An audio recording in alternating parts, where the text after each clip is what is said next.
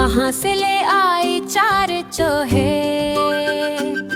चूहे लेकर घर को आई, चूहे खुली और मुस्कुराई।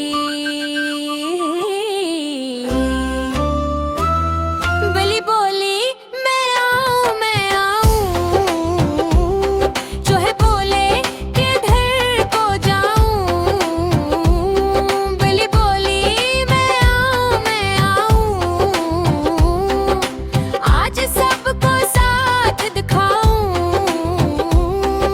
चारों चूहे थे बहुत चालाक, हुए बिल्ली की झिट से।